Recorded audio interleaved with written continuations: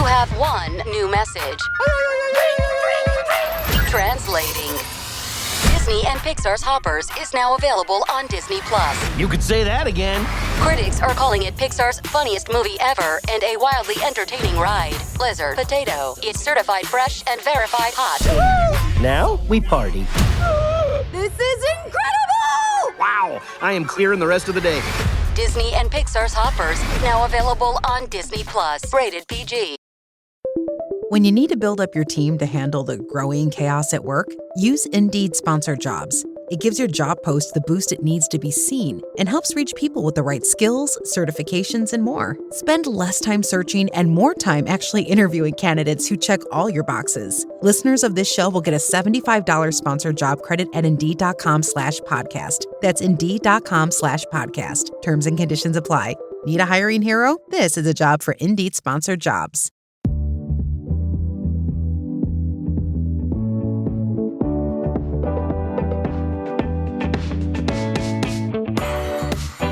Hey guys, it's Myles David. I bet you thought I wasn't going to talk about Madrid, didn't you?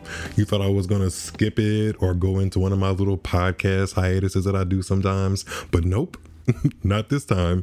This is actually a prelude to the conversation about Madrid that you're going to hear in just a few minutes. Two friends of mine joined the pod to talk about the Madrid Masters, plus the current NBA playoffs that are happening and so much more. This prelude that I'm talking to you guys about right now is just a little precursor to let you know that there's a touch of Zoom internet glitchiness that pops up in a few moments throughout the conversation. And like I said, it's about Madrid. So as I say this, it's about a week old and some of the basketball news and stuff is a little out of date, but it's still a very good listen and I hope you get something from it. So without further ado, here's this week's episode. Enjoy.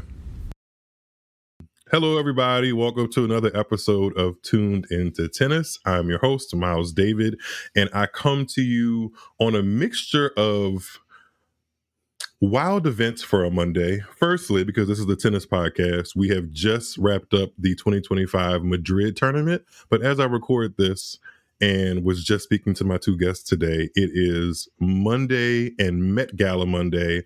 Also, we are in the semifinal stage, I believe, of the NBA playoffs, and also it's Cinco de Mayo. So quite a bit is happening on this marvelous Monday. I'm trying to think anything else happened. Oh, today is also a good friend of mine from high school's birthday. So yes, a lot is going on. Shout out to Elise if she ever hears this. But in order for me to comb through all of that, which is my new saying now, I need people to help me comb through all of the things in tennis. I've brought two of my favorites onto the show today. Two native New Yorkers, like they like to call themselves. One is still on the East Coast. One is on the West Coast.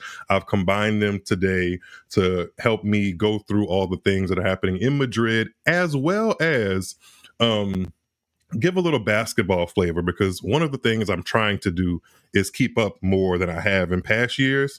Just between you and I, the listener, I have not cared much about basketball, like watching games, since like, what's his name that played for the San Antonio Spurs? Tim Duncan. It's been a while since I was actively engaged in basketball scenarios, and I'm trying to do it this year. So these are my tennis friends as well as my basketball friends. Well, they try to tell me about basketball, and I try to listen with one ear, and it just doesn't work out. But all of that to do, let's get the conversation started with Dr. Quran Green and Mrs. Kariemah, aka Puerto Rican, just in case Quran calls her that throughout this conversation. Let me add them up. Hi, guys. I promise not to call you Rickon. This whole thing, that was a one time only. You do not call Kariemah just one time Rickon. I'm crying. Well, I mean, you know what? Go ahead, Karan. What are you going to say? I'm just not going to do it during this podcast. I feel like it actually is a good time, because I know Cinco de Mayo is a Mexican holiday. I'm not trying to step on anybody's toes, but that viral video of T.S. Madison when she's putting the wig on and she's like, I thought Selena was Puerto Rican. And the dude's like, no, she's Mexican. She's Mexican. Beady, beady, beady, beady, bum, bum. I love that song. That's a great song, by the way, I have to say. She deserves her things. But anyway, sorry. Hi, Kariemah. Hi, Quran. Hi, Myles. Hi, Quran. Myles. How are you guys doing today on this marvelous Monday? Well, this marvelous Monday, it's good. You know, it's raining here on the East Coast Okay. all day, so it's kind of dreary. However, with a big win last night, Quran knows what I'm talking about. Myles, probably a little bit of it, but so Wait, I'm feeling great. that's a good segue. By the time people listen to this, it'll probably be Tuesday. But as we record this, does that mean last night was a big win for your Warriors, Kariemah? Yes. See, I know a little something. Look, I gave you that alley oop. You did. I appreciate it. Oh, nice one. Kariemah. Wait, okay. Can I tell you guys one of the main reasons I knew that game happened and why I am willing to put my years old I don't want to call it hate, but less than stellar relationship with the Warriors to the side. You guys have gained somebody who I find as an attractive asset. Let's put it that way. Mr. Jimmy Butler. I like following him, and he likes tennis. Unfortunately, I think he has a good relationship with Alexander Zverev, which isn't great, and I can't really comb out why. Oh, I know why, because Zverev loves the Miami Heat, and Butler used to play for the Heat. So they developed a little brotherhood there, but now he plays. Yeah, he plays for the Warriors now, and he's been to a couple of Miami Open matches for Zverev and Coco. So I rock with Jimmy Butler for that. And he's just nice to look at as a basketball player. So he's also a huge fan of Carlos Alcaraz? Yeah, huge fan of Carlos. I did not know he was a big fan of Zverev. That has shocked me. I mean, it really shouldn't, but it does. It shouldn't? Where do we go from here? Well, let's continue on the basketball. Let's continue on the basketball theme. I wrote down just. I have to use my notes here because I will start butchering where we are in the basketball coverage. But I also wanted to introduce basketball because TNT will be covering the upcoming French Open, which starts on May 25th. And TNT is famous/infamous for its basketball coverage. And I figured it would be a nice thing to dribble between the two courts. Look at that. They need to hire me.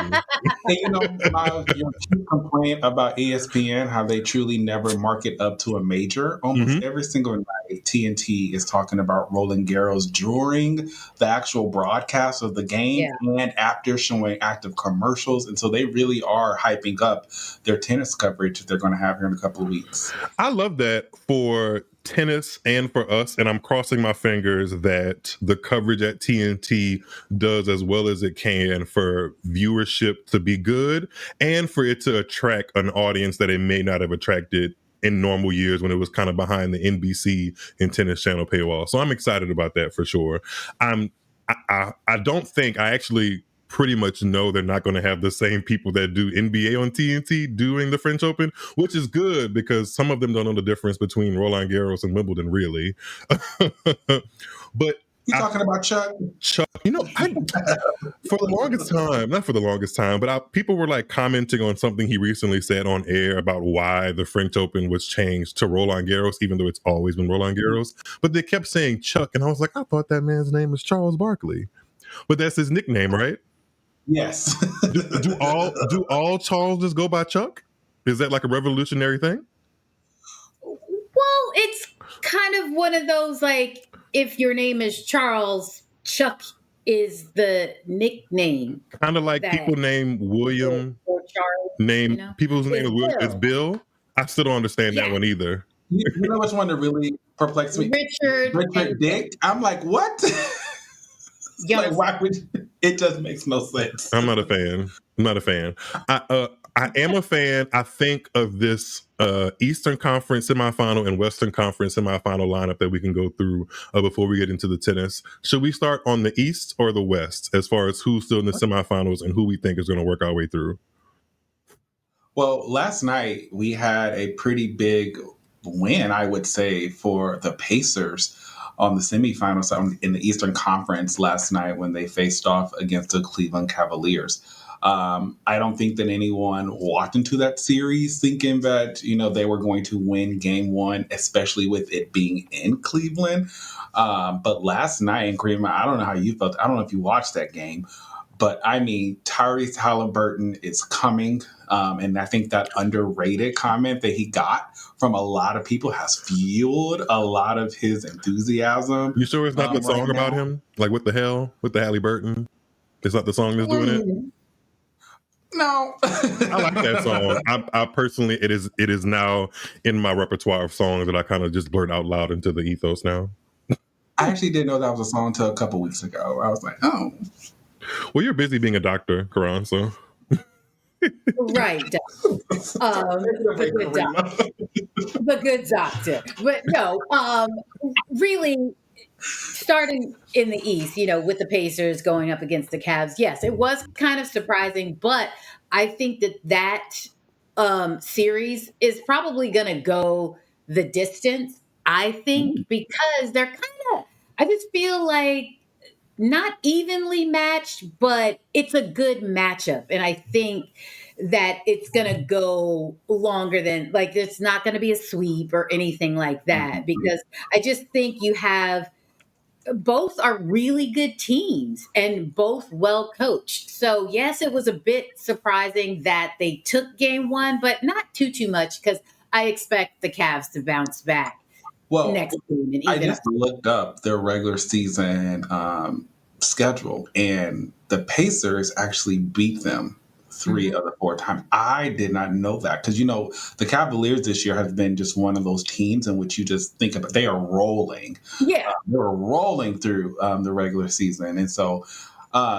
I do think that it is going to be a 7-game series. I do not believe that it's all doom and gloom like you heard on ESPN this morning for the Cavaliers. They do have to make shots. They do have to defend better. They have to get out there on the 3.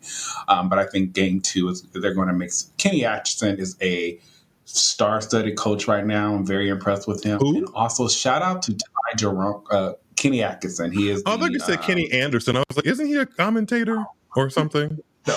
And Atkinson, well, really quick, he just won Coach of the Year. Yes, congrats to him. For this season, for this NBA season. So that's really great. Taking the Cavs from, not they weren't mediocre, because Bickerstaff was just their coach. Yeah. So this is just took them to the next level. All of these names, or some of these names you guys are telling me about, could walk past me, and sorry to these men, I wouldn't know a thing. Let me ask you a quick question. Do you remember Ty Jerome? Yes. He used to be on the Warriors. Yes. The growth in the game, and I'm just sitting out here. I'm like, I don't have like remorse that he's gone, but I'm like, wow, that kid is really out there. He's getting some valuable minutes and playing amazing basketball for the Cavaliers. Yeah. Well, another team that must be playing amazing basketball is the other team that's in the Eastern Conference Finals, the New York Knicks. And I'm assuming they're playing good basketball, because I swore for years they stunk up the court. Because my dad used to be a huge fan of them, and he was always like, ooh, these guys. But apparently they're doing something different this year, because, getting to the Eastern Conference semis to take on, who are you taking on? Let me not get this wrong. The Celtics. Who's the, Celtics has, I know this for certain, they have a long tenured history in the NBA. Shout out, that's Nick Kyrgios' favorite team. Shout out to Nick Kyrgios. Who's the favorite in that matchup? The Knicks? The Celtics. Oh, okay. So they might sweep them? They might sweep the Knicks?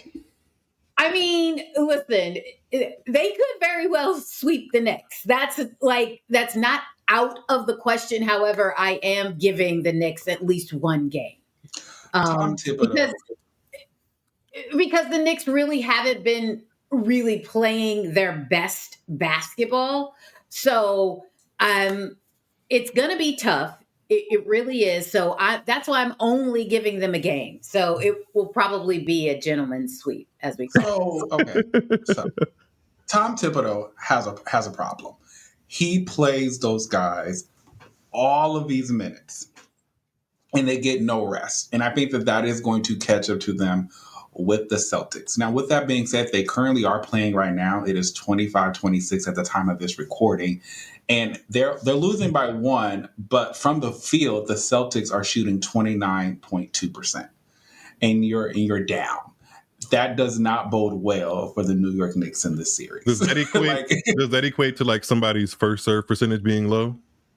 Mm-hmm. Yeah, like they've only made 7 of the 24 attempted shots. Woo! And to only be but to be beating the Knicks by 1, that then that means the Knicks really aren't doing much of anything, and this is really just on the Celtics not making their shots, because had they been making their shots, this is probably a blowout already, and we're only in the first quarter. So yeah, okay, so this is going to be a tough series for the Knicks to really put a dent into anything. However, as the Knicks as a team, they're going to go down swinging regardless. So by no means is this just going to be like super easy for the Celtics, to get through it. However, they will still be the ones that prevail in the end. Yeah. Okay. So. Shout out to Jalen Brunson as well. He's playing from his time that he was down there in Texas. He's playing to be a franchise player now. Very happy to see his growth and development. I still think the Knicks are probably 1 to 2 pieces away from being a true contender for a title. But yeah, I expect them to get blown out in 4, or they're going to lose in 5. Will your Warriors continue to be a contender on the Western Conference side of things? Because they take on the Timberwolves. The Timberwolves. Yeah. Thank you. Walk me through, because y'all know I only know that what's his name? I know we were just talking about him. Help me, children. Jimmy Butler? Yes, Jimmy Butler. And hold on, I'm gonna get his name. I know he has a very popular wife whose name I can't come up with right now. I'm trying to call him everything but light skinned. Are you talking about the best shooter that Yeah. The best shooter. Hold on, it's gonna come up. It's gonna come to me. Yeah, we turned it into the Warriors. Yeah. Okay. What's his name? You're struggling. Okay. In my defense, he could not walk past me at a Chili's, and I not know who this is. But for whatever reason, in this moment, I can't think of his name. A seasoning. Who? A seasoning that I would think, Jamaica maybe uses this. Seasoning. Steph Curry. Thank you. That was a great one. Thank you. Another alley-oop. There was another alley-oop. I appreciate it. Forgive Myles for that. Please, y'all. If you're listening to this, like, wow, Myles, listen. This is the first time I've integrated basketball into this podcast. Okay, so I'm getting there. As much as Kariemah and I rave about Steph. Yeah, but y'all know, I used to just tune y'all out about Steph Curry because he played for those damn Warriors. But now that Jimmy Butler is part of the team, I my ears are a little bit more perked open.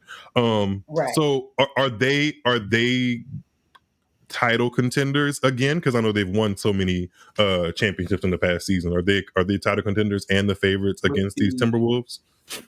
With the addition of Jimmy Butler, absolutely. And Kevin Durant still plays for them too? Who? Kevin Durant still plays for them? No, he is down in Phoenix. Oh. But he's probably on his way out of Phoenix, let's be honest. He always jumping ship somewhere. Like your fave, Myles. But anyway. I did. You know what? I did go to Wikipedia and saw Jimmy Butler has played for quite a few teams. But it's okay. It's okay. Get your money. Well, I say Kariemah. I don't think that's the fave Kariemah was talking about. Who are you talking about? What fave of mine jump ship? Le flop. Le crybaby. Le out of the playoffs. LeBron? At home. Yes. He's not. When did I say he's my fave? I don't dislike him, but I also don't like. I thought you said that he was your fave. He's the most.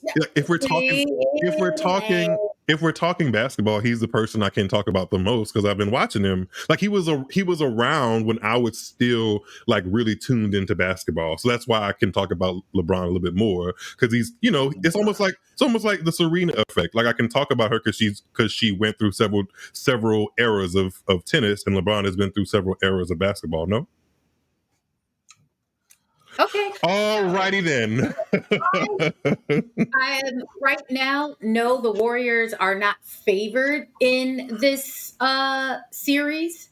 The Timberwolves are. So pretty much everybody's picking the Timberwolves to win it. It doesn't matter because as long as you have Stephen Curry on your team, you have a chance. And that's how we go into this. Hall of Famer. And first game tomorrow night. And let's get it done. Here's a problem that I have with this, Kariemah. When everyone's just out here picking the Timberwolves, it's all based on the predicate of him taking out LeBron James and Luka Doncic, things like that. For this series to, be what people want it to be, you need Rudy Gobert to be what he was in that Game 7. And we all know that him and Draymond have significant history. And Draymond makes it a point to make sure that he is in the chest of Rudy Gobert, making everything difficult for Rudy Gobert. And in that pick and roll scenario, unlike this last Houston series, I think Stephen Curry is able to get his shot much more efficiently because they're able to put Rudy Gobert into that pick and roll. And they still do pick and rolls? Yes, we pick and roll all the time in basketball. Like I know it was a basketball play when I played in high school. I thought we had evolved. I don't know. Sorry. I mean, it looks a little different now. Like sometimes you're having to come off a pick and roll into a stagger screen, but like we still. Ooh, Quran, you are definitely into your NBA on TNT. This must be how my friends that try to listen to my podcast regularly. Must be how they feel when I start just naming off people into this. Like, who the hell? Like, what is that? But I mean, I know that you know what you're talking about. Also, you mentioned what's the guy that beat up everybody? What's his name? Draymond or Rudy? Draymond. He like literally be stomping people in the chest. Has he sought therapy? He does stomp people on the chest. He does. First of all, he stomped one person, and all it takes. And for the record, his foot was actually being held. Thank you, that part. That's the only way he could have come down. That part. I don't know if somebody is pulling on your ankle, where else are you supposed to land in that scenario? It should have been a flagrant foul on Domantas Sabonis, but hey. Exactly. It should have been a flagrant on him, but I digress. You know what? Yes, to your question, he has sought therapy. He has gone to therapy. Is he continuing to go to therapy? Yes. And that's all we have to, we'll leave it at that. And throughout the last series, that one was all a lot of physicality on that one was at peak. I wonder why. And it wasn't on Draymond. Let's talk about it though, because the refs have been allowing them to play this playoffs. But I'm thinking it's coming, like some of those games that the Warriors just actually went through, I thought it was at the expense of people getting hurt. Exactly. Like Jimmy Butler's injury that he had in that game, I feel like it could have been prevented by the refs not letting the game get out of control. He's okay though, right? Yeah, he missed. He's still nursing the injury. I mean, when you have that happen, what's the official term? Is it a lower extremity, upper extremity? Deep glute contusion. Oh, does a deep glute contusion sounds like something I may be able to help him with. I don't know. Wow, Myles. Yeah. So to bring it on back, we are not favored in this particular series. However, I think that this will be a good matchup, and the physicality will not be to the level as our previous series. So, yeah, I can do that. Warriors in 6. I think it's Warriors in 6. You know. I think Rudy Gobert is not going to have a series that he has. I also just looked at the stats also. Um, Ant is only hitting 33% of his threes. Stephen Curry is hitting 39.2% of his threes. This series right here, to me, it's a game of matchups. It's Steph versus Ant. It is Julius Randle versus Draymond Green in the sense of what is Draymond going to do to Julius Randle on the defensive end. It is Dante DiVincenzo versus Brandon Podziemski. This is a game of matchups and who can make the shots when it matters. They both have been to a finals. I wanted. Didn't Minnesota make the finals last year? I blocked it out because we Western yes. Western Conference Finals, yes. And so they both have been there, so they have some type of experience. But I do think that when it comes down to the line, the Warriors will prevail. Quran, you were prepared for this conversation, my guy, because again, my mind was going, who and who? To some of those people. No, I do. Again, to wrap up this NBA conversation before we get into a court I'm more familiar with, which is tennis. The last Western Conference semifinal is the Oklahoma Thunder versus the Denver Nuggets. Any quick thoughts on one of those teams and if they are championship potential? You know what? Well, Denver really doesn't have. They don't really have enough bodies. However, I still think that they can give some problems to the Thunder. The Thunder are still a young team, and this is really kind of like their coming out like party or whatever. They're the number one seed, though, right? Yeah, they're the number one seed, but again, it doesn't always matter. I think that you can't count out Jokic, and Jamal Murray is always good for, to turn up in a playoff game and really go off. So really, I'm going to agree with you. I also think that first round series for the Thunder was a little too easy. The Grizzlies, they were out of their league. Everybody else had at least some type of tough matchup in the first round in the Western. What was it? 53 points they blew out Grizzly in the first game, and then it came down to like 23. Came back from a 29-point deficit in the third game. I do think that Denver is probably going to take it. If some people are saying it's going to be a 7-game series, I believe that it can go to a 7-game series. I'm going to pick OKC to win the series, but I would not be surprised if Denver pulled it out in some way. Right.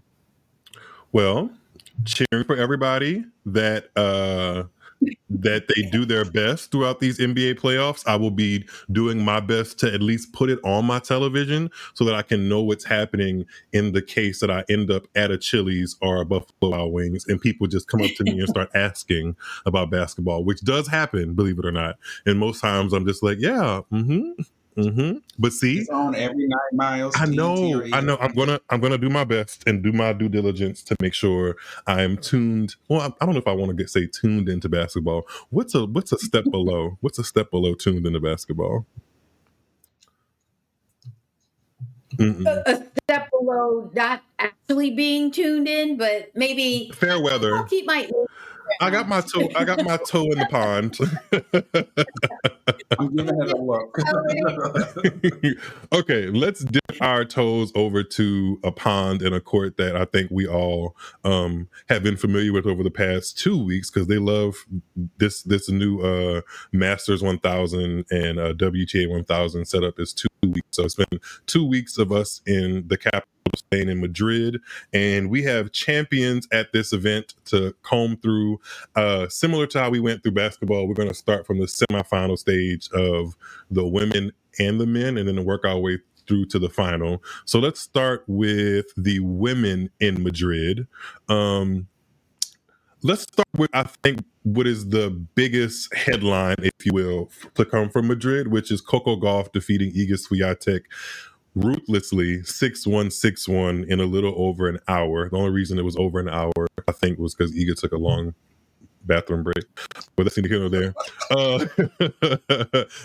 This marks the third consecutive win Coco has over Iga. She beat her at the WTA year-end finals in Saudi Arabia at the end of 2024. She beat her again at the top of this year, the United Cup, and then obviously here in Madrid. This has been the most decisive of any of their matches. Like a lot of matches, Iga has really whopped on Coco, but never has Coco only won 2 games. So now that this is the most decisive match in their head-to-head, are you guys more invested into this matchup? Because I know, being that we've talked through many a Coco moments and many a Iga moments on Clubhouse, when we would see that matchup coming, we would almost just kind of take a nap. We'd be like, oh, Coco don't have nothing for her. But how do you feel now, seeing that we've seen such a dominant display from Coco, and it seems like the tide is changing in their head-to-head? It doesn't negate the fact that Iga has done a lot of winning in that matchup, because they played quite a few times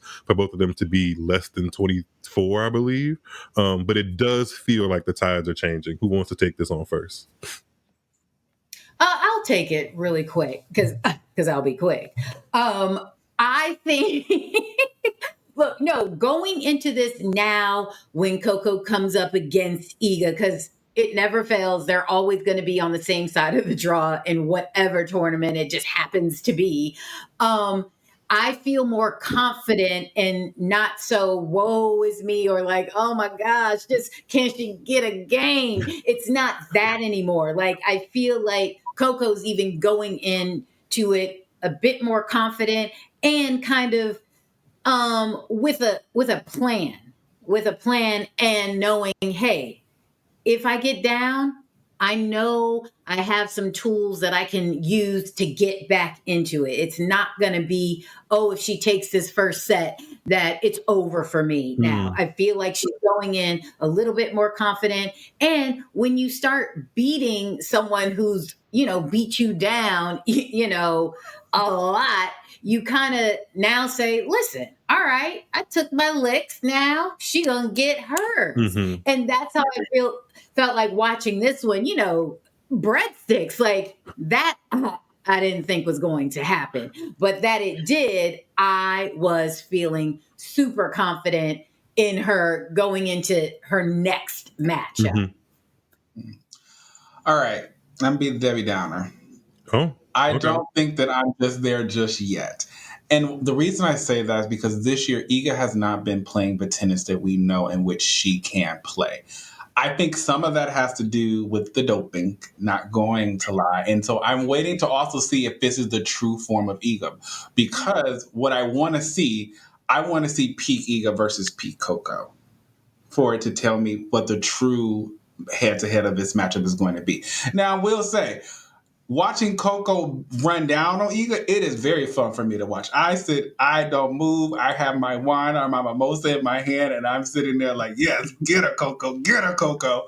But I think right now Iga is in a slump, and while I'm glad that Coco is collecting some wins, what happens if Iga does make a resurgence? I just want to see the peak and peak. That's fair.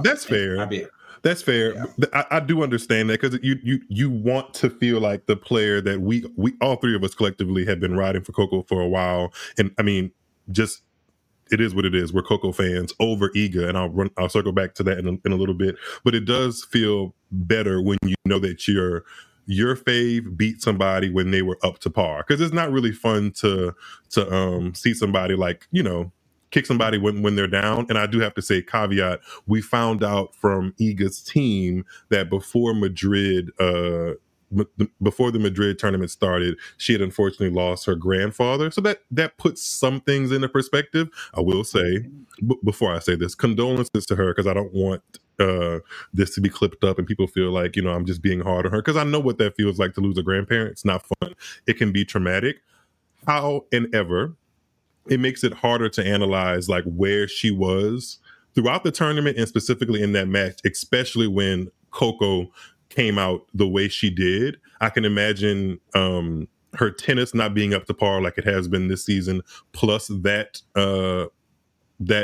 loss affected her, which is why we saw some tears on the court. But I also feel like before we knew that she lost her grandfather, she was somebody that teared up on the court. So I feel like her fan base that feels the inverse of how we feel, where it's we rather see Coco win versus Iga, they were quick to use that as an excuse, which is fair up into a point, because you still went to that tournament and competed all the other matches up until that point. And again, respect for your decision to compete, but when you walk onto the court, it's almost like when you come onto the court with the kind of niggling injury, or I hate that word, niggling. We got to find something else for that. A nagging a nagging injury. There we go. When you come onto the court and you're ready for battle, you're saying you're ready for battle, regardless of what was going on pre you walking onto the court. So I can factor in her losing her grandfather to a point, but on the day, Coco was the better player. But I do respect her. I do see your point, Karan. I want to see what it looks like when both of them are firing. We got a little bit of that at the United Cup, but it's a matchup I want to see more of. Kariemah, you had your hand and that up. was a good match. It was. But I will also say this, because going into that match, Iga had just went 3 sets with Madison Keys, okay? And came back from a bagel, and then took Maddie out 2-3. So going into that, we're not thinking anything that, okay, because again, clay is It's her domain. surface. Yeah. That it's her bread and butter. So going into that match, you're not thinking, oh, well, yeah, Iga hasn't been playing her best. And again, let's also add in Coco hadn't been playing her best. And so she was on, trying to get her footing again and, get some match wins under her belt. So going into that match, you're not thinking, oh, Iga's going to be, just piss poor or whatever. So Coco came out with the proper energy and urgency in the match. She did. That put Iga on her back foot. And so it was just like, whoa, okay, what is this? And then, the customary, I lose a set, I'm going to use the facilities. Yeah, it might take 20 minutes, but I'm going to use up the time within the rules. I will say that, within the rules. And then you come back out. And so you think, okay, here she goes. She's going to rattle off like 4 games in a row. Coco's not going to get anything. But that didn't happen because Coco still upped her level as well and said, nope, not today, Satan, not today. Well, that's why I said I just want to see them peak versus peak. Because I don't think Coco played the best Madrid. I mean, because again, Yakstrimska, I was like, yikes. Yeah. But again, she was coming in just trying to listen. I'm just trying to get my confidence up. Let me get something, some good wins here and there, because we didn't anticipate her getting to the final, okay? Especially if you had watched her opening round match against Jastrzemska. You didn't think that she was going to get to the final because she got bageled in the opening set that she played in the tournament. But she did get some good wins up into that semifinal and through to the final. She did get good wins. She beat Bencic and then she beat Andreeva, both in straight sets. And then Iga Swiatek in straight sets. And I don't think those 3 matches in a row are like flukes. There's something building. And I think, how like when this is an analogy that just came into my head. Sometimes you got to like really shed the ugly stuff for the beautiful stuff to come through. I think that's what that Jastrzemska match was. And it was like a true wake up call. Like, girl, we can't, I'm a top 3 player. I can't be out here just finagling and giving out bagel sets this way. I need to be more competitive. I need to kind of hunker down. And from that moment forward, from the final, she played better tennis. I think a little bit of it was that she realized that the conditions were to her favor. The Madrid altitude was giving her a little bit more lift and bounce on her ball, which she likes on her forehand. So I think she was we'll get to the final, but I think it was a good week for Coco and not so much for Iga, because I'm still left in a state of where do we go from here with her? And I've talked about her in several episodes, so I'm not going to belabor the point, but I do think that she's in a state. And I think when we go to Rome, which starts in a couple of days, we'll see a better context, but we might not. So it's just a matter of kind of seeing where the chips fall when it comes to Iga and this matchup, because I'm interested to see what happens in the future, because I'm sure, like we've said, they're going to play more. It kind of is the rivalry that is shaping women's tennis at the moment. It's not the only one, because we'll get to the one that I also feel like is shaping it, but it's one of the ones for sure. Okay, let's go to the. Oh wait, before we move on, y'all don't think it's a bad thing, because this is like kind of similar to the NBA. I don't think it's a bad thing to have a player that you just like to see lose, because like you have a team that you just like to see lose. Yep. Yeah, everybody, most sports fans you have a team that you like to see win because that's your team, and you have a team that you like to see lose. You will take joy, or a player that you like, or a player that you like to see lose. Don't get mad at me because that happens to be Iga. Right.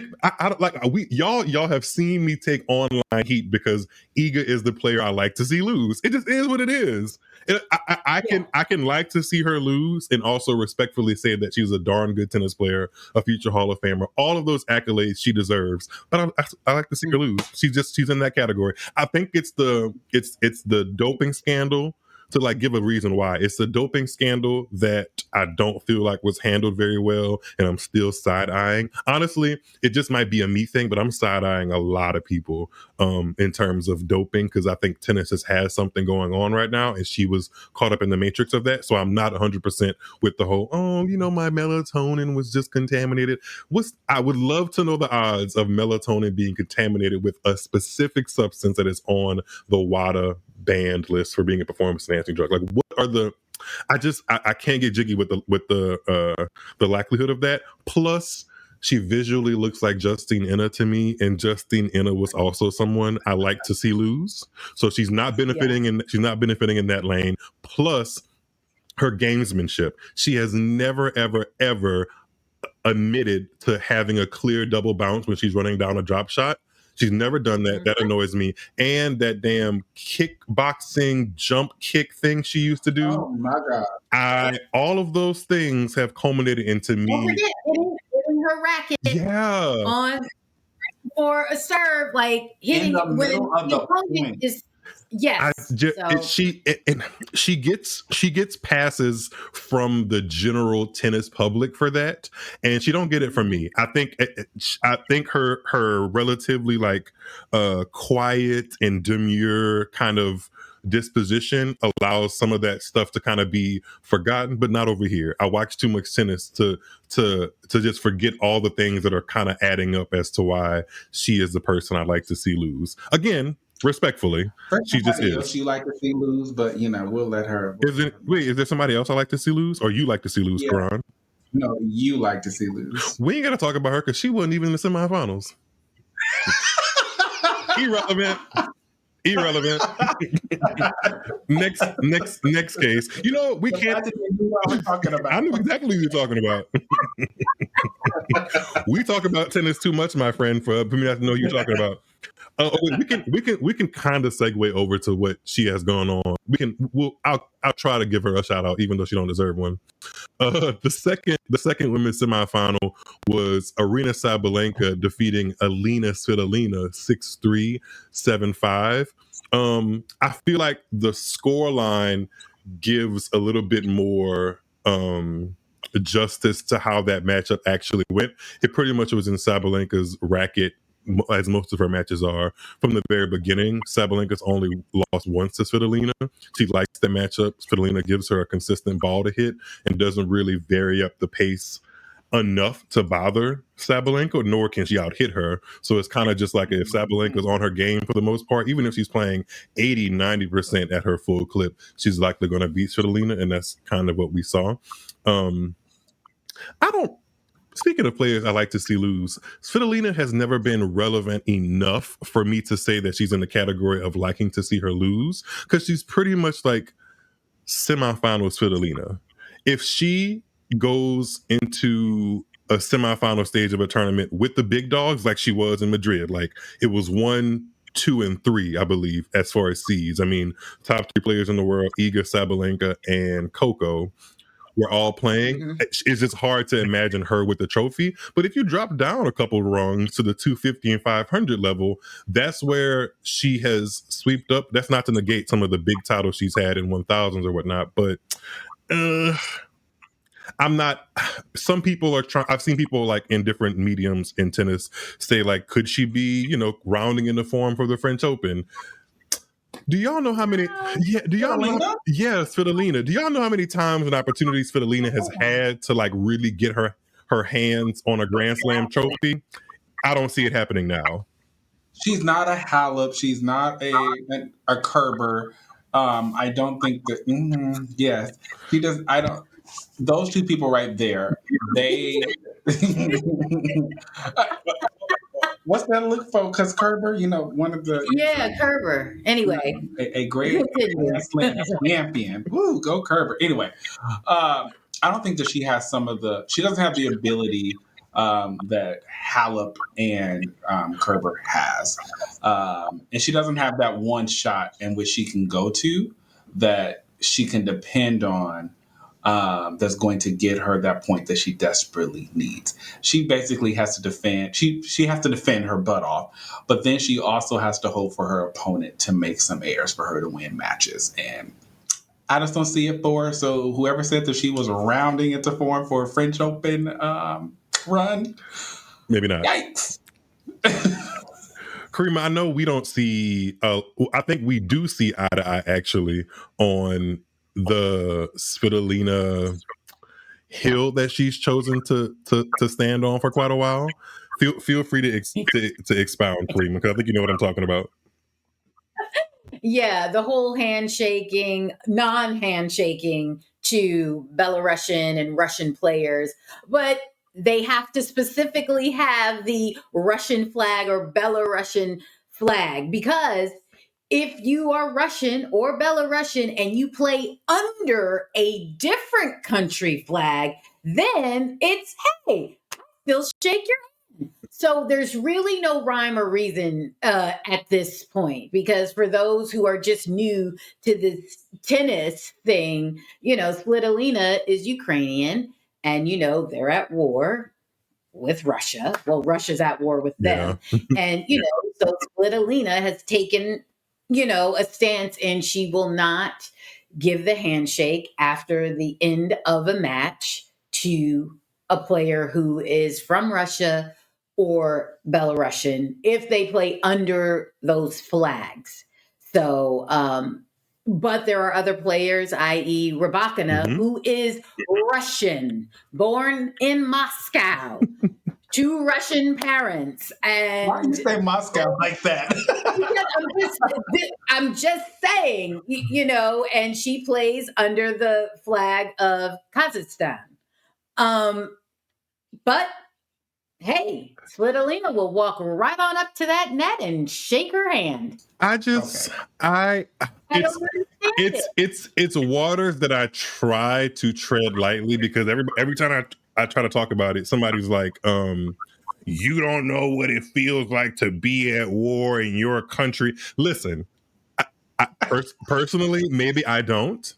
Maybe I do not. However, it's still my right to have an opinion on how she's going about her protest. And I do to a certain degree, because I've heard this pushback before, like a protest should not feel comfortable. That's the whole point of it. I just don't like Kariemah was breaking down, the picking and choosing of like what it is that is acceptable. But it's her plight. I just don't necessarily agree with her and the rest of the Ukrainians doing it, because to me, this is old news. They've been doing this since 2022. There's an underbelly of just wishing that the powers that be would excommunicate the Russians and Belarusians altogether. And that's what they would rather see. And I don't feel like that's fair.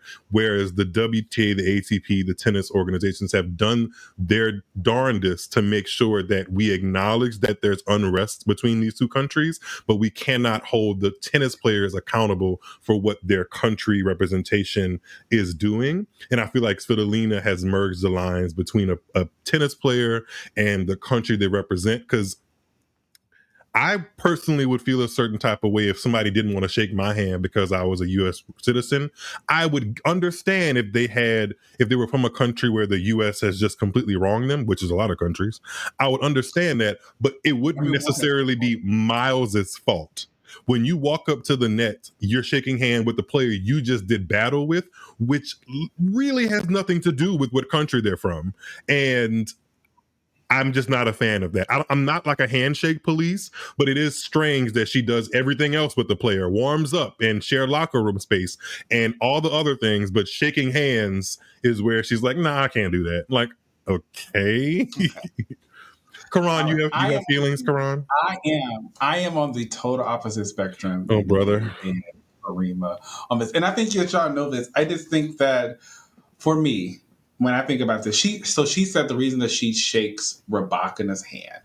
Rabakina did in 2021 during that Wimbledon. She came out immediately and she asked for the war to stop. And Svitolina has made it clear that she is only not shaking your hand if your current nationality is Russian or Belarusian. She said if you have changed it, then she will shake your hand. You might not agree, but I also don't think that we can tell people the terms of their protest, right? Yeah. Yeah, right. And so I just think for me, I'm going. Although I don't really, watch Svitolina in her matches, so I don't see how many people's hands she don't shake until she gets to Sabalenka and things like that. I'm going, that's your protest. That's how you're choosing to do it. I am going to respect it and things like that. But y'all ain't gonna do my girl Rabakina like that.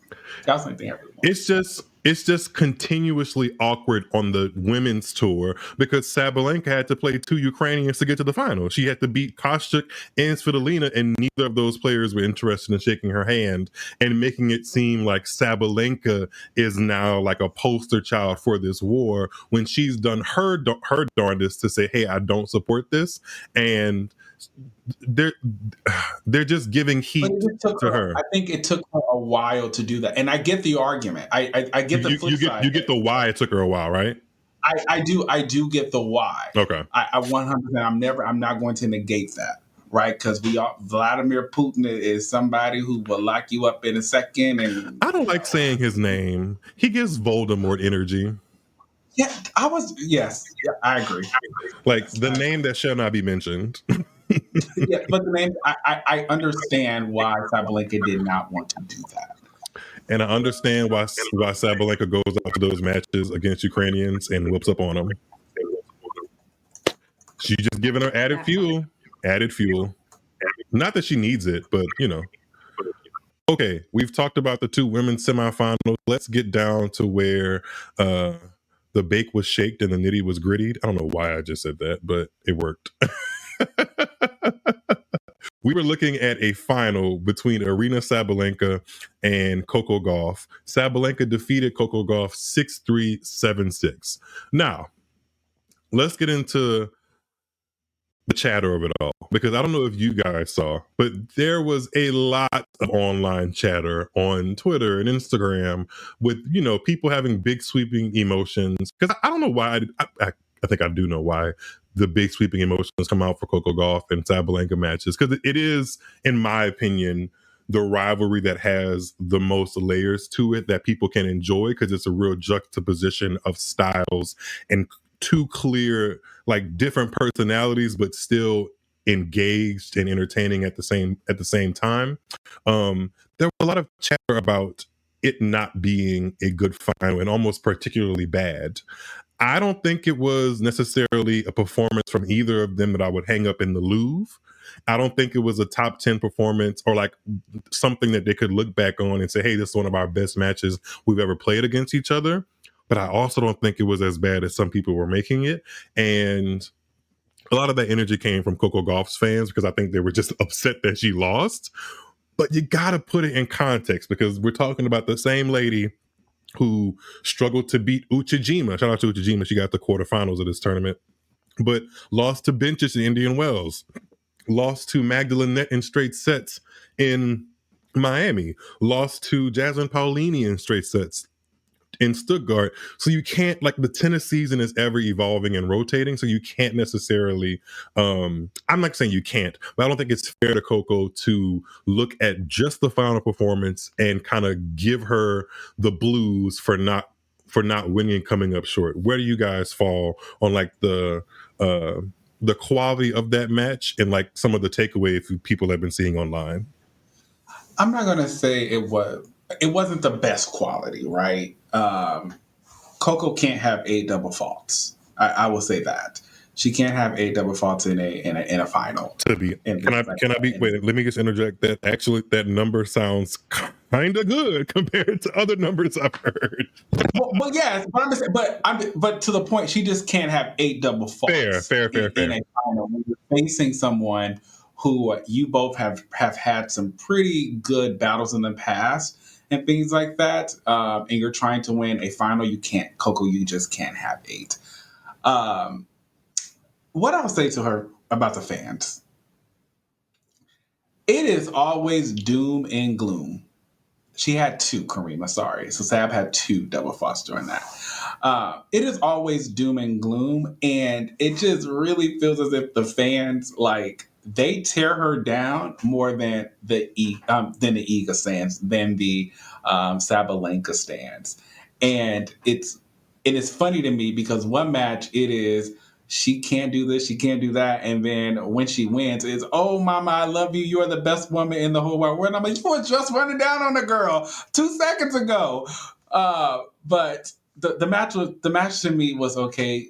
Congratulations to Sap. I'm glad it got to a tiebreaker in the second set. So at least Coco did fight back from that 6-3 first set. It's 5-all now in the head-to-head. And so we'll see where we go from here. I think that is a very good matchup for Coco. I think she likes that pace that comes off of Sabalenka's ball. So yeah. Kariemah, what are your takeaways or feelings?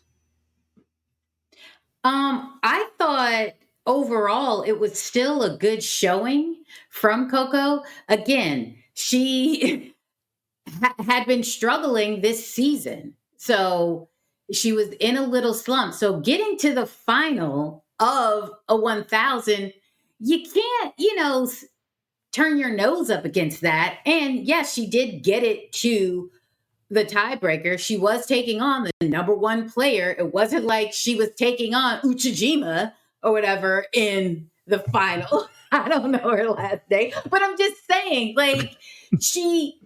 What is it? Uchijima is her last name, I just have to say. But yes, I get your point. So you know what I'm saying? It's just like Big Sab was just the better player in that particular match. And yes, Coco was serving for the second set, and she just couldn't get over that hump. But to get it to a tiebreaker means, hey, I still thought she still had her chances to get that second set, to take it to a third set, but she just came up short. And it happens. Things like that happen. It's Big Stab is a tough match, but I think the quality in that wasn't poor. I thought they had some really good rallies. There were some really tough shots being made in there, and the crowd enjoyed it because of the physicality, just everything about that, and the hitting and everything. And I just thought that Coco could take a lot of positives from that match. And we didn't even mention that she actually played doubles in this tournament. And I think going back to her roots of playing doubles, I think that kind of just gave her a little lift and kind of just like, hey, maybe took some of the pressure off in her singles, to where she kind of just felt maybe a little freer to go for her shots, to really, because her forehand, I thought she was doing really well with that forehand in the final and everything. She went after it. She didn't, get kind of like, oh, I'm too scared to hit it. Oh, and started to overthink or whatever. She just went for it. And that's part of what she's just working through. Be confident in hitting that forehand. Yeah, she may have had 8 double faults, but coming off of, 10, 15, 22, we're kind of When did she hit 22? When did she hit 22, Listen. Kariemah? I mean, No, you're not. You're not lying though, because I think check the notes. I think against Emma Navarro. Against Navarro at the U.S. Open, I think it was close to like 20. It was high. It was high. Okay. 22 double faults is insane. It is insane. But what I'm saying is, hey, if you keep it under 10, there's still a chance for you. And, and what kind of double fault are these? Because you were really going after it. Yeah, you were not tentatively. A little bit more pace yeah. on your second serve because you were like, hey, you know what? Let me go for this. Or it could, and these double faults could be just missed it, but it was the right shot to be, the right serve to be going. That's for. fair. It's just like you're not going to be perfect. Some of them went to the middle of the net. Okay, but I didn't say that, all of them were, top tier. But what I'm saying is you have to also look at that. Like, was it because, hey, I'm going to put a little bit more on this because I need to get this away from her or whatever? Because sometimes that happens. It's just like, hey, this second serve, I'm going to go for it. Yeah. You know what I mean? I hear you. I think it's just from the temperature that I receive or that I sense from her fans and the tennis fans in general around Coco, either they completely see her as overrated, which I don't necessarily agree with at all, or they're just very, very impatient about her kind of working through all of these things and just becoming like this ravenous, like dominating athlete that just wins everything. And I'm not sure that Coco will ever kind of have that gear in her career. I'm not saying that she won't, or that I wouldn't like to see it. I'm just not sure. And I think people just need to be a little bit more realistic of the game that Coco presents to the court, which is a very good game. But I as it stands right now, I don't think it's a game that we're going to see her go on stretches of 10, 15, 20 odd matches in a row where she's just killing the competition. I think she is, for where she is right now, she's the queen or princess of winning ugly. There are moments where her game just does not come together cohesively from a technical standpoint, but still she wins. And I feel like that's an attribute that champions have. A lot of the champions will tell you that they didn't feel like they played their best tennis in order to get that Wimbledon championship or that Roland Garros championship. But guess what? It's in their closet. Like they still have it. So I think it is a really, really good attribute to have, because some other people, when they're not playing well, they just completely check out, and that's a W for the other person. Coco isn't always like that, They want her to have that Venus and Serena 2000s big moment, winning 2 slams in a year, going to the 1000s, walking in, being the favorite. And I just think they just need to, reimagine their expectations, because she's not Venus and Serena. And I do think that it's unfair for tennis fans to continue to just compare them to her. I ain't gonna hold you, go ahead, Myles. Huh? I ain't gonna hold you. When I watch her, I see some shades of Auntie Venus Williams. You're not going to get any. You're not going to get any argument from her. That backhand, baby. That's V and V in her younger days with that movement. It's very clear. Venus had the same issues with her serve and her forehand. Yeah, I know what you mean. Like, because Venus was, by the time, but if we look at Venus's career at the same age Coco is right now, she was already, like, I believe at 21, a multiple time Grand Slam champion and working her way towards number one, if not already number one. So it's just because of the precedent that those two black women set that it feels like, oh, we have this other black woman who's already won the U.S. Open. Why can't she do it? And it's like,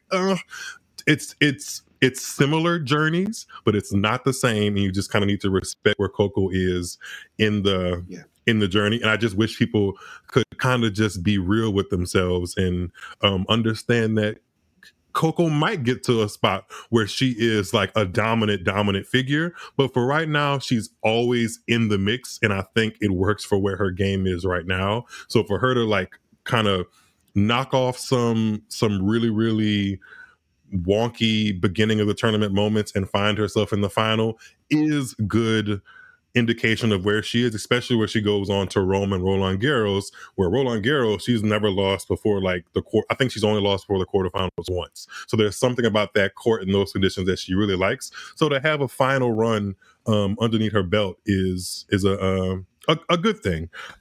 Any that's what I wanted to ask. Do we feel like Sabalenka and Coco Gauff is the premier rivalry and matchup in women's tennis right now?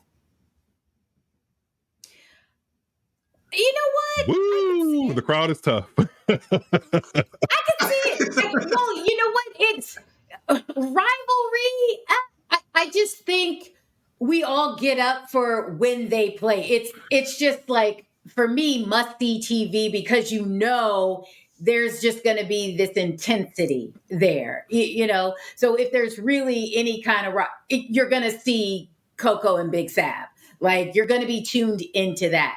You're not, it could be Big Sab and some whatever, and you're just like, yeah, all right. Because Big Sab, for me, it's just like, all right, I could take her in doses or whatever, but it's her and Coco together to where it's just like, it's going to be intense, but it's going to be fun, but it's going to be intense. And it's just like, you just don't know which way it's going to go. I love that. And it, like I said earlier, or tweeted out earlier, it has some shades of the legendary rivalry of Venus Williams and Lindsay Davenport. It's that legs for days on Venus's side that's not going to let all of those big ground strokes go past without getting her racket on it in some way. And also Venus/Coco adding some of her pace to it as well. You know, like, she's not a slouch out there just kind of always reacting, but it's the juxtaposition of just completely outright, you know, big striking on Sabalenka's side, and then also the movement. And I love those kind of rivalries that we see. I mean, throughout tennis, I love where it's a juxtaposition of game styles that brings out the best in each other. And I think they both know that. I think because Sabalenka alluded to that, like, after the final, she was like, I'm glad that you're back in this final. Like, I want to see more. I want to win them, but I'm glad because I know something special happens when we're on the court. It may result in me self-destructing, but it's fun, you know? She tired of looking at ego on the other side of that net like everybody else too. I would be too. As you sip your And you know what? And let me just say this: we could put a pin in this, you know, wrap this up nicely on the Coco Big Sab thing. But when Big Sab was going through her, you know, epic double faults, couldn't serve and everything like that, nobody was all ready to put her out to the pasture. They're just like, she's got to really just get this under control. You know, there was all this care and everything like that. But Coco hits double faults, and it's like, girl, like, you know what? Just quit tennis altogether. Like, you're not even blah, blah, blah, blah, blah, blah, blah, blah. So it's just, and it's like, wow. Big Sab was doing that at her big age or whatever. Coco is the younger one, you know, and is out here just trying to put things together, just trying to do that. But where's the grace for her? Okay. And I think it's just unfair that, yes, she's the black tennis girl, you know what I mean? And we have Venus and Serena, and it's just like, we just need to know that no one is ever going to be Serena Williams. No one is ever going to reach the heights that she did. Just point blank, period. Her own sister didn't even, you know what I'm saying? But we just have to keep those two just up on the pedestal. They will not be touched, and deal with what we have right here. And make it, which is still a really darn good athlete, and accomplishing things in our own right. Yeah. We have discussed the WTA Madrid in length. Let's go over to the men's side of things, and you know, just for interest of time, and because the men's tournament was kind of sort of cool, but not. Let's speed it up a little bit. All right, we got the first semifinal: Casper Ruud defeating Francisco Cerundolo 6-4, 7-5. I know Casper Ruud won this, and we'll talk about him in a second because newsflash, winning the tournament. But I really like Francisco Cerundolo. He came up short in the semis, but he beat Alexander Zverev and Jakub Mensik en route. And I feel like those were two good wins, as well as the rest of his season. He hasn't necessarily had a big, bright, shining moment, but everywhere he's pretty much gone, he's gotten to where his seeding should be and won a couple matches to where he's kind of solidly in that top 20 conversation, definitely going to be seeded for Roland Garros. And I just like the fact that Francisco, as well as some other Argentinians in history, they punch well above their weight. They don't walk on the court seeming like they have this domineering game style, but when the ball's in play and it's time to start swinging, you realize that they really pack a punch. And I like that about Cerundolo. He's kind of a sneaky favorite for me to do some damage. When I look at the landscape of where men's tennis is and who can win these Masters 1000 events, I wouldn't be shocked if Cerundolo is the last man standing in one of these clay Masters 1000s, maybe this season or the next, or, in the final four of Roland Garros. There's just something about Cerundolo. And I've seen it before this tournament, but this tournament, getting to the semis of a Masters 1000, which he hadn't done since 2022 Miami, is a big deal. There's something about him. How do y'all feel about Mr. Francisco Cerundolo? Okay, first, this match was a sleeper. I don't think I got off the bed for it. I'm not ready to jump out there and say that Cerundolo is going to be, in the, the semifinals of a Grand Slam. I don't see him making the semifinals of Rome. I see him as a fourth round kind of, guy. But that's just me. There's another pusher that I like better than him. We all know who that is, Alex de Minaur. But now, why do you call Cerundolo a pusher? Because that forehand is not a push. Okay. Yeah. Kariemah, Quran, I'm gonna mute you. Kariemah, you got it.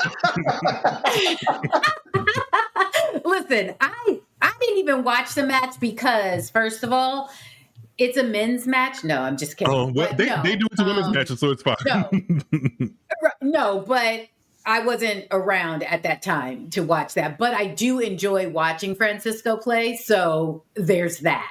But Casper really doesn't do it for me. But I am totally on par with you, Myles, with thinking that Francisco can do a little something in these tournaments. He may not make, like Quran said, not a Grand Slam final. Like, that's too big of a task right now. But I think he has the game to really go far in many tournaments. So I'm looking forward to see what he can do next up. So, because I think this was a really good showing for him. Yeah. And he seems to like the Zverev matchup. So if he's ever in a situation where Zverev's in this part of the draw and they meet up again, Cerundolo is going to be all over it. I think he has a 3-0 head-to-head against Zverev, who also, like, I know Zverev won a tournament in Munich the week before this. The competition there was light. That's his home country. It was good that he won the trophy, but after losing in Madrid and almost losing to Davidovich Fokina and ultimately losing to Cerundolo, he's still kind of in the wilderness to me. And I'm not sure where he goes from here. But Cerundolo, I hope he keeps pushing. He's not, like, just to be clear, people that aren't familiar with him, he's not one of those, like, young under 21 up and comer type players. He's been on the tour for a little while. It's just that the results are starting to result a little bit more regularly, and he's somebody that I think the players above him should take seriously, especially on this clay court surface. So shout out to Cerundolo for reaching the semifinals. The other semifinal was Jack Draper from Great Britain defeating Italy's Lorenzo Musetti 6-3, 7-6. Similar to the other semifinal, the guy I was actually pulling for and lost was the person who I had, like, the biggest takeaways from, because I really do think Musetti is kind of similar in the same range with Cerundolo. I can't necessarily envision him being a Grand Slam champion because he hasn't sniffed it outside of that Wimbledon semifinal, and he got comfortably beat to a certain extent against Djokovic in that Wimbledon semifinal. But I do feel something is happening in his game, in his belief system, when it comes to like believing that he can be a big time champion, a Masters champion, and so forth on the men's tour. His game just kind of elevates and lights up tremendously on the clay courts, and I like to see it. Y'all know, notoriously, me and clay courts is not what I like to watch, but I'll be sad for a Lorenzo Musetti match, particularly on clay courts. He does something well, and this match against Jack Draper was actually pretty good. I was hoping that it went 3, and I was pulling for Musetti. Not to say that I don't like Jack Draper. We'll come on to him a little bit more, but yeah, what do you guys think about Lorenzo Musetti's run in Madrid and just his past couple of weeks, because he got to the Monte Carlo final as well? I thought it was, he can take a lot from this run. Mm-hmm. And I watched that match. Okay, I did. I like Musetti, you know. And he really, I think, should have won it. He had plenty of opportunities there, and he kind of just like lost the plot a little bit. Mm-hmm. But I do enjoy watching him, and he has improved a great deal. So who knows, having the baby and everything, maybe, you know, that gave him this extra push or whatever, because it looks like he's really taking tennis seriously. And what he's, you know, he's going out there with a purpose and a mission and belief, kind of like belief. There it was. I was like going on these steps, like, where's that word? It's coming, right? So I think that he should really take a lot from this tournament. I mean, look, you were right there, buddy. Like, so he can build on this. So I'm looking forward to seeing what he's going to be doing, because I think he's really going to be a tough matchup going forward. Quran, I know Musetti took out one of your faves in Demonar and has done so in the past 2 tournaments, I believe. So my condolences. But how do you outside of those things, how do you take Lorenzo Musetti in this clay court season in Madrid? I actually really like Lorenzo Musetti. He rose to prominence for me when he ran down on Novak Djokovic at Monte Carlo. It's his only win that he actually has over Novak Djokovic. But once you get a win over him, I am a fan of yours. Okay, not everybody, but I actually really do like Lorenzo Musetti. I do like his game. And that's shocking for me, because outside of Roger and Dami Thiem, I really don't like people who have one-handed backhands. But I really do like Lorenzo Musetti. I do agree with Kareem. I think his head right now is in the game. He's making it further in some of these tournaments and things like that. I'll be excited to see kind of what he gets to do in Rome, and then subsequently the French Open and things like that. Clay might be a better surface for him, even though I don't really like clay like that. But excited to see what Lorenzo can do. I think, like I said before, he's one of those players. I don't think I would. This is for like across the board. I'm not interested in sitting through a best of 5 match on clay for anybody, really. But I would be happy to kind of see bits and pieces of it if Lorenzo Musetti's playing, because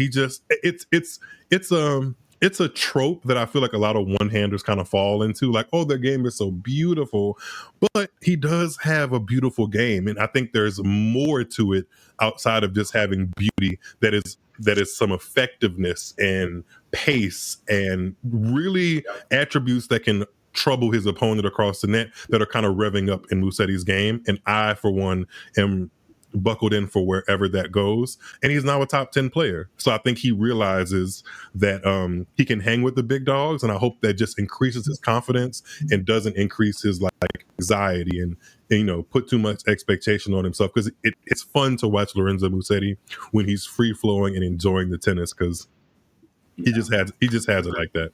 He has it like that. Okay. So we talked more about semifinalists that lost. Let's talk about the semifinalists that won and created the final in Madrid. Casper Ruud defeated Jack Draper in 3 sets, dropping the middle set 7-5, 3-6, 6-4. Casper Ruud finally has his hands on a Masters 1000 trophy after coming up short in Miami in 2022 and Monte Carlo in 2024. He also notoriously came up short in 3 Grand Slam finals, as well as ATP year-end finals, because he's kind of just been, you know, the bridesmaid, not the bride. And this moment in Madrid, he was the one standing there with the biggest trophy, and I'm sure that felt good. Where do I want to take this? I'm not I want to celebrate Casper Ruud. He deserves that. I feel like he's meticulously worked through levels and gears of his game, because he's no longer, with this win, just the guy that kind of goes and wins clay 250s around the schedule. Because for some years, he was the guy in the top 10 or thereabouts that was just kind of making his points on that tier of the tour, of the ATP tour. Clay is still obviously his best surface, but now he has like a big time title to add to his resume. I just don't know yet if it means anything. And I mean in terms of like him gearing up to be a Grand Slam champion at Roland Garros, where he's made the final twice. I wouldn't necessarily be shocked if he's back in the final. It just would depend on who's across the net from him to make me see him as a champion, if I'm making any sense. Casper Ruud has that, like, it's funny his name is Casper because he kind of falls under the radar. He's kind of like stealthy, but then when you watch him, you're like, this guy does everything well. He doesn't have like a signature shot per se, or something that is an overwhelming weapon that he can depend on, but he does everything well. And I think that's what shined through in Madrid. And he's a champion. I just don't know. I don't know what it means, if that means anything. You guys get what I'm saying? Like, what does it mean that Casper Ruud is? I hear you. I agree with you.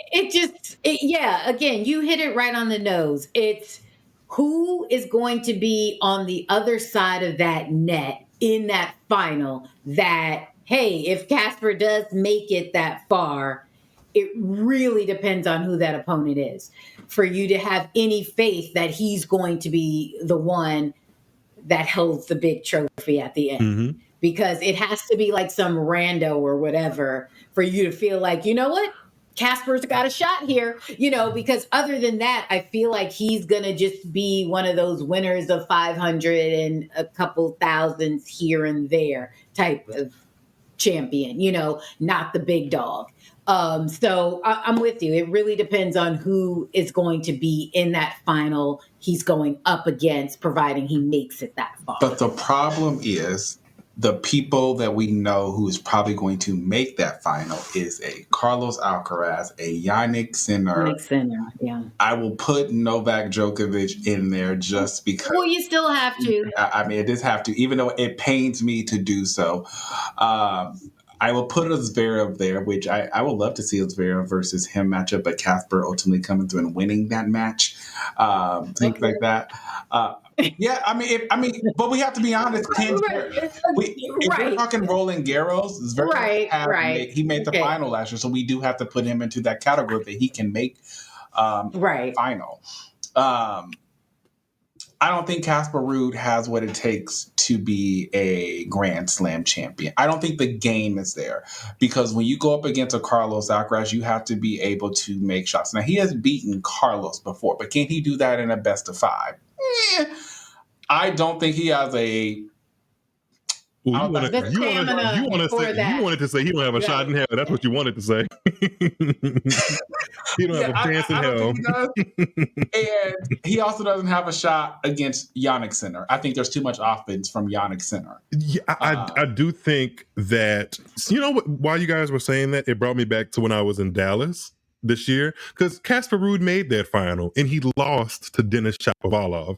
And Denis Shapovalov is a prime example. Like, I know the situations are different. That was a totally indoor tournament on hard courts, which is not Casper's true element. So things might change if we put this match on a clay court. However, that's an example of somebody who's actually ranked lower than Casper, but if they have the right game plan and are feeling themselves and kind of get comfortable with Casper's ball, can overpower Casper. And before you know it, the person ranked below him has the bigger moment, has their hands on the trophy. Casper's kind of in that that range of player that does everything well, almost to a point where like you can work yourself into feeling the groove. Kind of like if I throw it back to like some WTA players that do that. Like imagine, I'm not comparing these two players, so don't nobody go down my throat. But like imagine playing a Sarah Arani.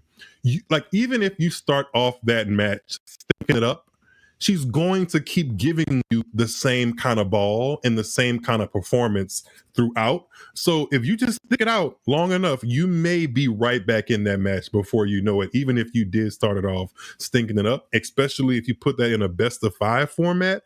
I would be concerned about who is across that net from Casper. And I think just in general, to kind of put a pin in this, for Casper to win a Grand Slam, I think several things just, as it stands now, this is not to belittle him.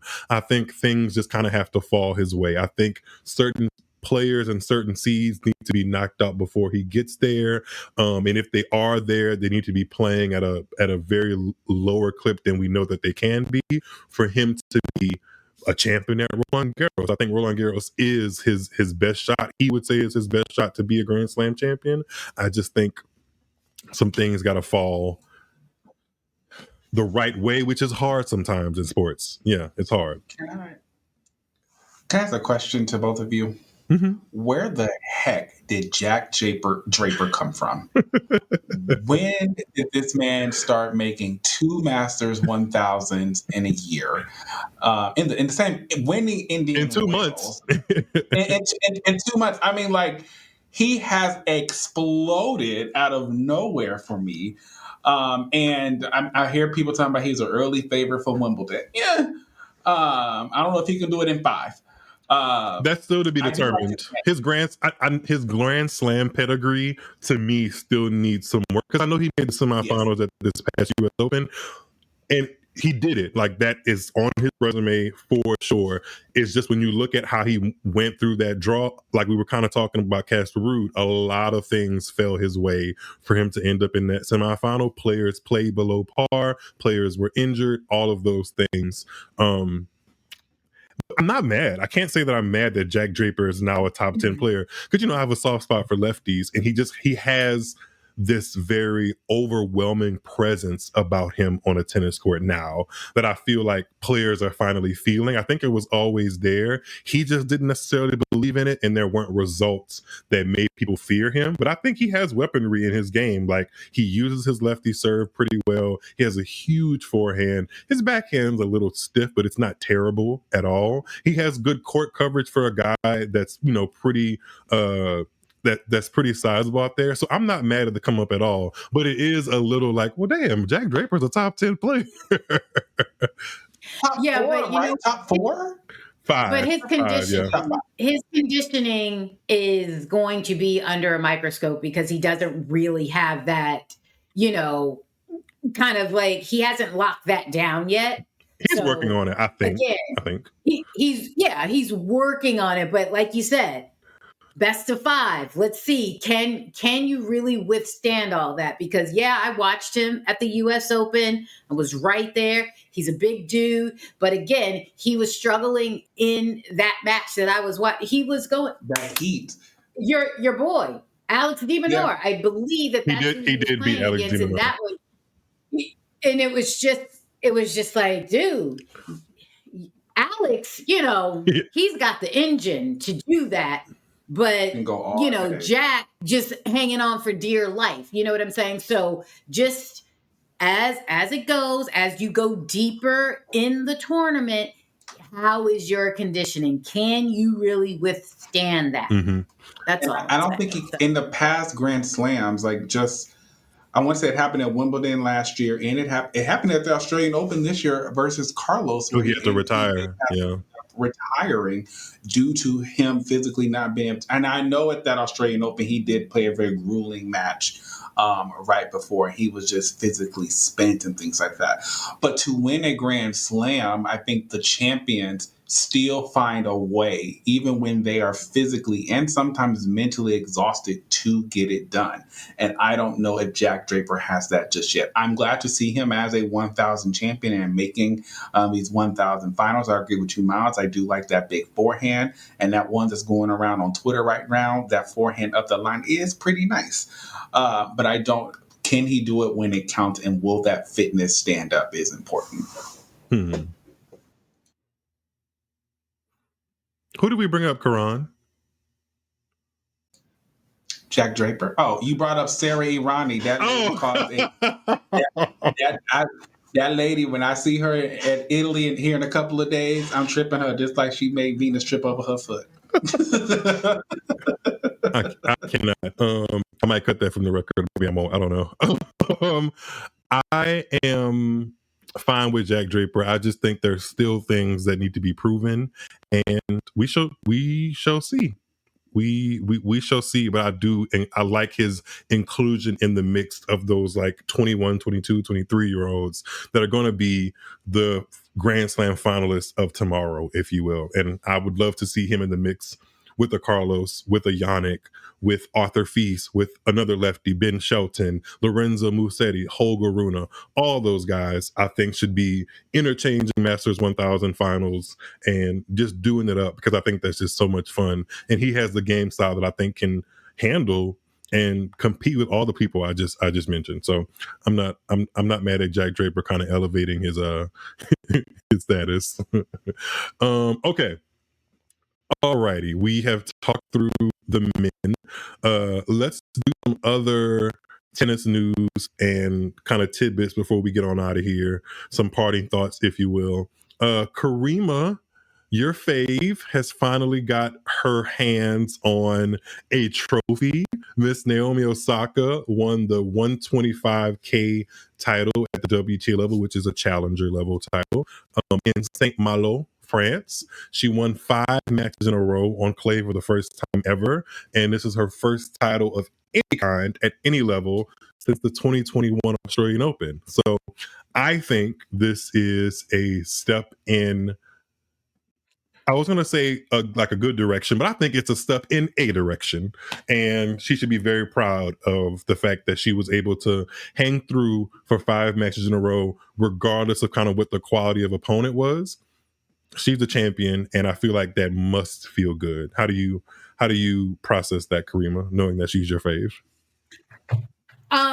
Yeah. Huge fan. Big. Said with all the sarcasm there is. No, honestly though, I thought that was really great for Osaka to get that win under her belt on clay, the surface that she truly has, an allergic reaction to.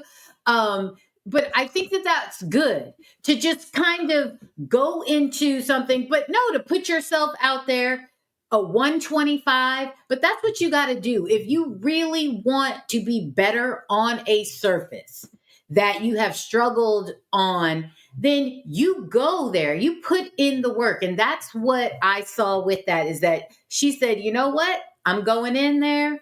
I'm going to do what I can. And look, she came out victorious. So I will give her that. And I hope that, that she learned some things on that surface that she can now just take it to the next thing. I'm assuming she's going to sign up to be in Rome or whatever. But I think that helps her, because she did need some more match play on clay, just so you could start to feel comfortable, because she struggled on that surface a lot. And I just think that this was a really good showing for her. It will build some confidence. It doesn't mean, hopefully in her head, that she can, it doesn't mean that you're automatically going to make the final in Rome because, you're a 125 champion on clay. Kariemah, guess who she opened up Rome against? We mentioned her today. Just now, actually. Sarah Irani. Irani? Yes. Oh, Lord. I mean, listen. Osaka, if you lose to Irani, no shade. But I think because they had a battle in Miami a couple of years but ago. listen, There's a little shade if she is, loses to Arani, just a little. but listen, Irani Clay is like in her blood. Yeah. You know what I'm saying? She's gonna be drop Somehow, shotting, she gonna be splicing, she gonna be doing all these kind of, she gonna be lobbing. So look, Naomi, that's yeah, that one thing is 125. don't lob. Look, the 125 is cute and all, but listen, all I'm saying is you go in, but just kind of like set your expectation to a reasonable level, opposed to, oh yeah, I'm totally making the final because I just won this. And that's been her 125. problem, No. Kariemah. She's come back and she's just tried to say, I'm just going to enter myself into 500s and 1000s and I'm going to storm back. No, Yeah. I think you have to give yourself a chance to get back into it. She has no rhythm right now, and it shows in her game. Yeah, I do. When you look back at it, as much as I was excited to have Osaka back on the WTA tour, she did She did jump in a little bit to the deep end rather early. Her first tournament was a WTA 500 in Brisbane, and the second one was an Australian Open, I believe. Like that's very stiff competition for somebody that was coming back from maternity leave, and not even just that, was kind of struggling with her game before that. And I'm happy that she has this moment. Kind of, we were talking about Cass Ruud a little bit earlier, of in the sun. She's worked hard to kind of have that moment. It's not at the main WTA level, but I do think in her case right now, a win is a win, because it was feeling, and it still may feel this way, a little like she was getting tired. She was tired of taking the L's against players who she feels like she probably should have been beating. And I talked to her in Miami, and she said she wants to play with the big dogs so bad. I think the big dogs are just a little bit further away from her in terms of match toughness and repetitively doing the things that make them top 20, top 10 players. And I feel like she's edging ever so closely with that, into that. And I think this title is a step in the right direction. So kudos to Osaka for grabbing that title in St. Malo. While we're on the lower tier of tennis, at the challenger level on the ATP Tour, Borna Coric, a former top 15 player, got a win in Aix-en-Provence over Stan Wawrinka.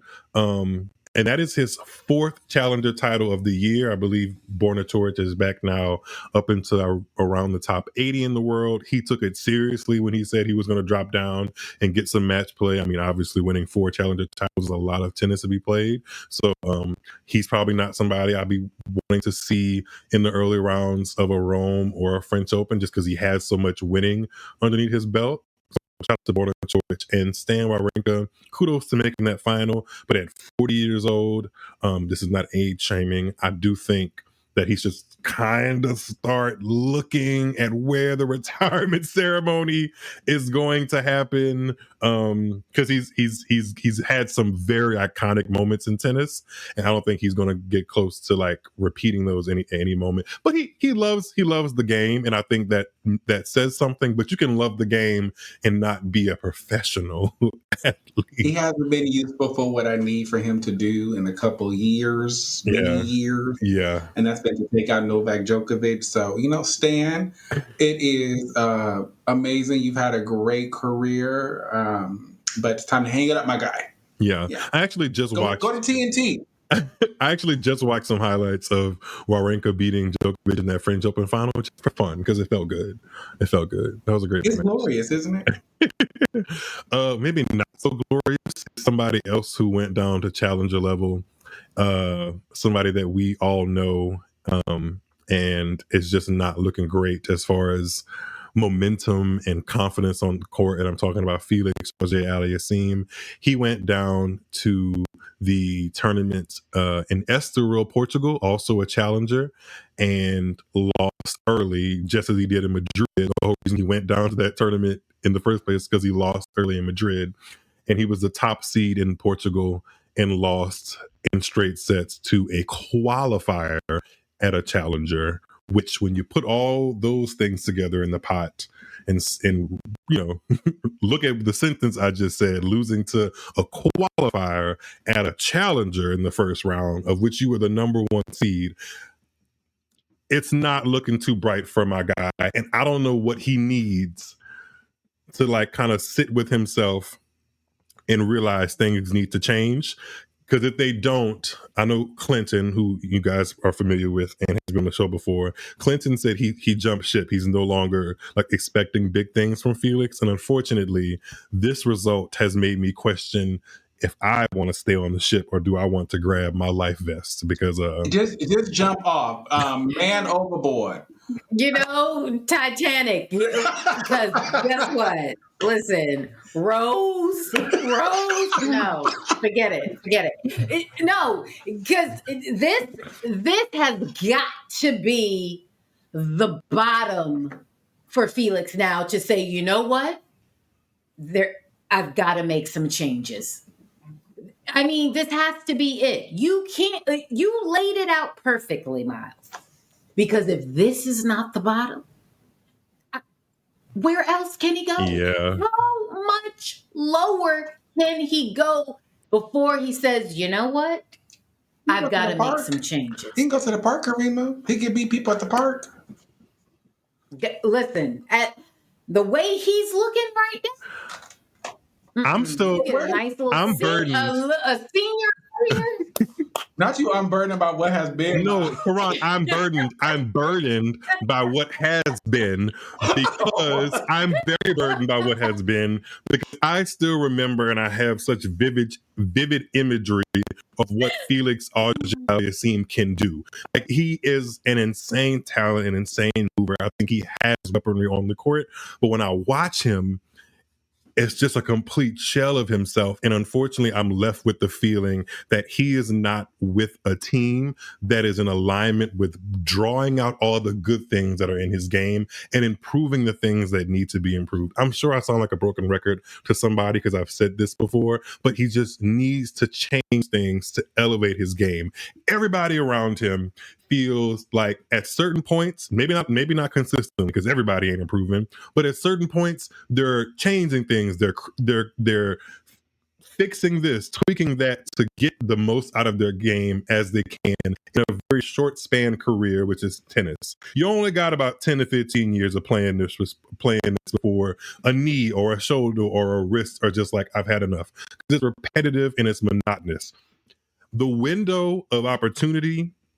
Notice how I said all those names when we were talking about Jack Draper and I didn't say Felix. Felix should be in the mix with those names, with the Jack Draper, with the Carlos, with the Yannick, with a Holger, with a Ben, with the Arthur, with the Lorenzo. He should be right there, and he feels light years away from it. And it's unfortunate because, like, you want to put him in the mix of that, but it's hard to do that when you're losing first round of a challenger to a guy who had to qualify to get into the challenger. I don't know. Say that again. Qualify to get into the challenger. Well, so I just looked at the stat. He was 73% on his first serve, which he won 62% of those points. And the guy, Andrea Pellegrino, yeah, it was 68 and 59. He only won 2 of 6 of his break points. I mean, it was just a very poor performance from Felix. He had 5 double faults. I've never saw it for Felix.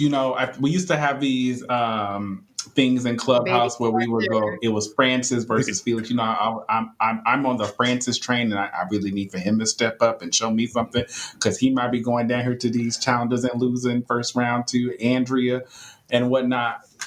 But also, one of them names that you mentioned up in there, Myles, does not belong. Are you talking about Ben Shelton? Yeah, I'm talking. I'm not going to say what he is. We will table that for another podcast. All we know is he's gotten results. May the Lord open. Ben has results. Ben has 2 Grand Slam semifinals. I mean, all we're saying is Felix made some changes. He got a new racket. Was that the change? or he didn't get a new racket? Ben got a you talking about Ben? No, Felix.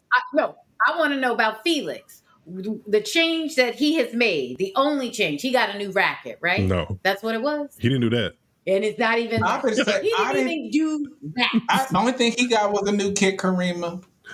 So he got a new kit without the game. And So, the haircut is never on point. All right. Oh, listen.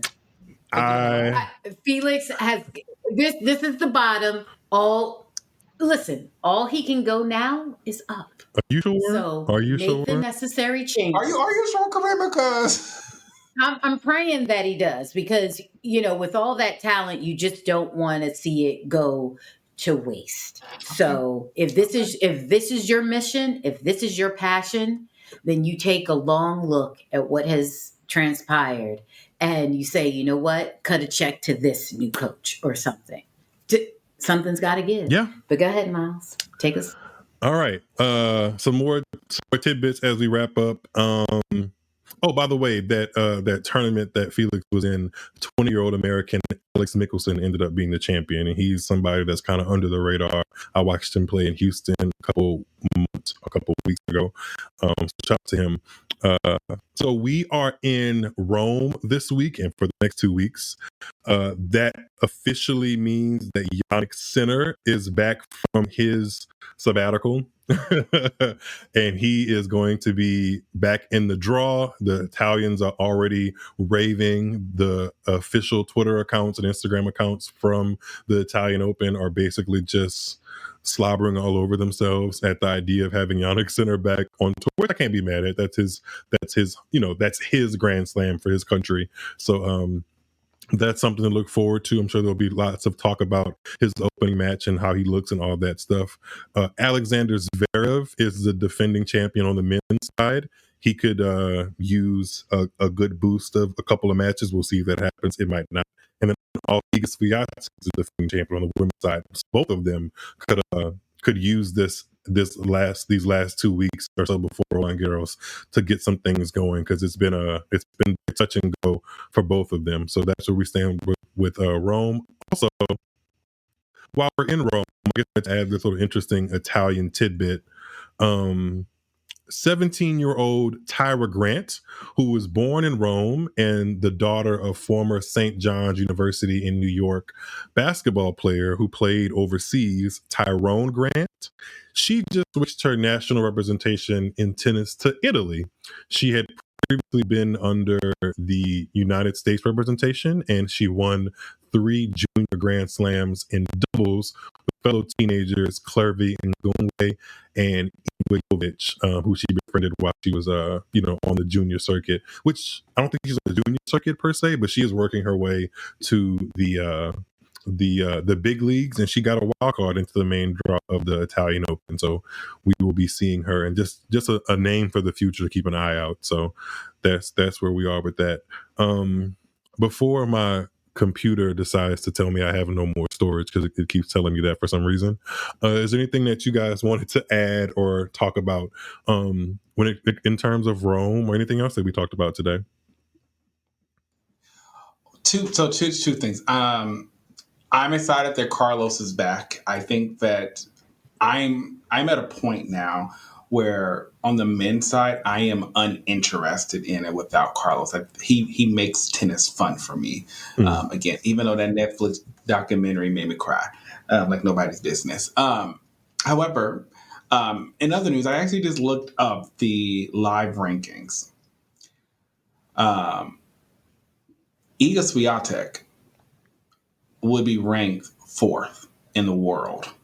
She would be out of the top 3 with losing these 1,000 points. Jessica Pegula right now is ranked number 2, but that's just because Coco has some points to defend and things like that. So Rome is going to really shake up the rankings, because I don't think that Iga's winning Rome. Her draw is not hard. From what I took a quick glance at, it's not her like draw not hard. It's not. I didn't see any like major threats that made me go, Ostapenko not in there? Where's Ostapenko? where is Ostapenko when we need her? So that's what I want to say. But also, the doper is back, and so hope he don't use that same lotion to massage his leg. I cannot with his open sores. No, that is actually very nasty. Like, why was he? It is. You know what? We don't need to relitigate. I will just say I'm looking forward to seeing Coco in Rome and just kind of building on what she did in Madrid. So I know it's different, like court speed and all of that jazz, but I'm just looking forward to seeing her just build on what she's laid down thus far. And hey, maybe she signs up for doubles again. I don't know, because I haven't looked at the draw or anything like that, but that's what I am tuning into. Well, seems like we have a lot to tune into over the next 2 weeks as Roland Garros rolls ever so quickly around. I think Rome should be fun. I'm not interested in those interesting little shades, like the shade that comes over the court from like the different statues or monuments and stuff. That's never fun. I gotta stop finding ways to critique the clay court season and just deal with it. But nonetheless, we are here. We're almost through with it, and I'm excited to see what Rome brings in this road to Roland Garros. I want to thank you guys for taking the time to come back on the pod. You guys are listener faves, and y'all two of my faves. I appreciate y'all's support of Tuned Into Tennis, and yeah, thank you guys so much for coming on. Any parting words? Any last words? Go Dubs. Oh, brother. Yes, go Dubs. And thank you. And thank you, Myles, for having us. It was lots of fun. Always fun. And go... What's his name? Dubs and six. What's his name? Go Jimmy Butler. Boom. There we go. Dubs and six. Dubs and six. Yeah. Thank y'all for listening. I will catch you on the next episode of Tuned Into Tennis. Take care. Make sure to follow us on all socials and stay tuned for the next episode. Talk to you guys soon.